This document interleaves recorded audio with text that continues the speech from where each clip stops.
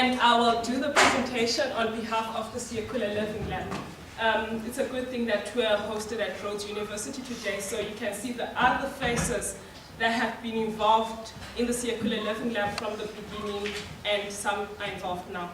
Okay, our website is www.dwesa.org, but we are moving off onto a new site which will be www.circularll.com. There's a bit of content at present on that site, and so just wanted to let you know that we have another site coming up. What is the Circular Living Lab? It's an ICT4D initiative based in the rural Transkei, in the communities of Dwesa and Kwalini. The communities that we work with are rural, poor, very far. They're an empowered community. They're well documented, courtesy of Professor Robert Palmer. They have poor electrical power and telecommunications infrastructure. Okay. How did the Circular Living Lab start?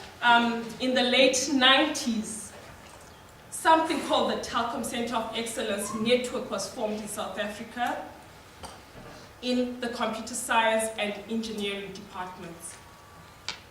At the time when it was started, Telkom was sort of the founding member, together with other industry partners in telecommunications, and together they sort of placed themselves in the postgraduate units of universities to sort of try and support the postgraduate work in those computer science and engineering departments.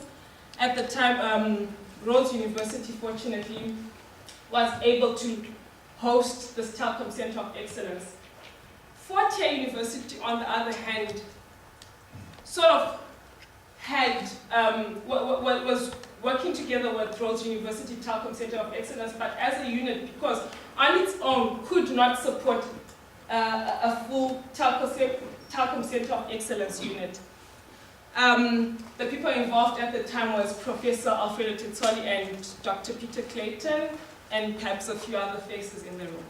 Okay, so those Telkom Centers of Excellences were multi-component in that they did research and did service development.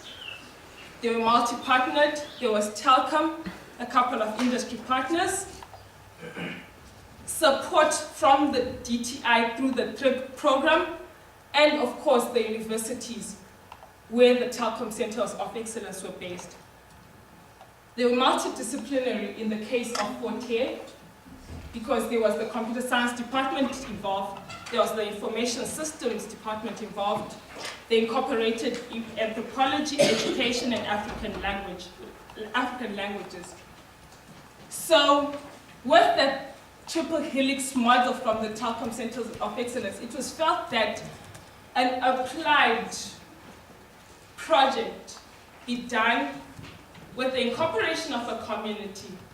And through the introduction to the Dwesa community by Professor Robert Palmer, a quadruple helix model was formed to sort of apply ICT4D postgraduate research work from the two universities to the community. At the time when the project was formed, it was called the Dwesa Project, it was called the Circular Project. And in 2008 and 2009, COFISA, who have been referred to by Berlin, formalized that work in the Transkei with the varsities, industry and government into something called the Circular Living Lab. It was also through COFISA and the formation of this Living Lab that the Circular Living Lab was sort of introduced to other living labs in the country to sort of get them involved in the national system of innovation. And at the same time, COFISA introduced us to the upcoming East London IDZ Science and Technology Park, which I'm happy to see represented by Ms. Ludwe. And through them, there was this attempt to bring the Circular Living Lab to the national system and to the provincial system through the Science and Technology Park. our location. Okay, the two universities that I've mentioned are about 110 kilometers apart. Rhodes University is here in Grahamstown, and the University of Fort Hare is based in Alice, 110 kilometers from here. And the communities of Dwesa and Kwalini are located on the Wild Coast. I'm not sure if you can see on this map who I'm referring to. They're located in the vicinity of the Dwesa Nature Reserve, and that is about 300 kilometers from here. Okay.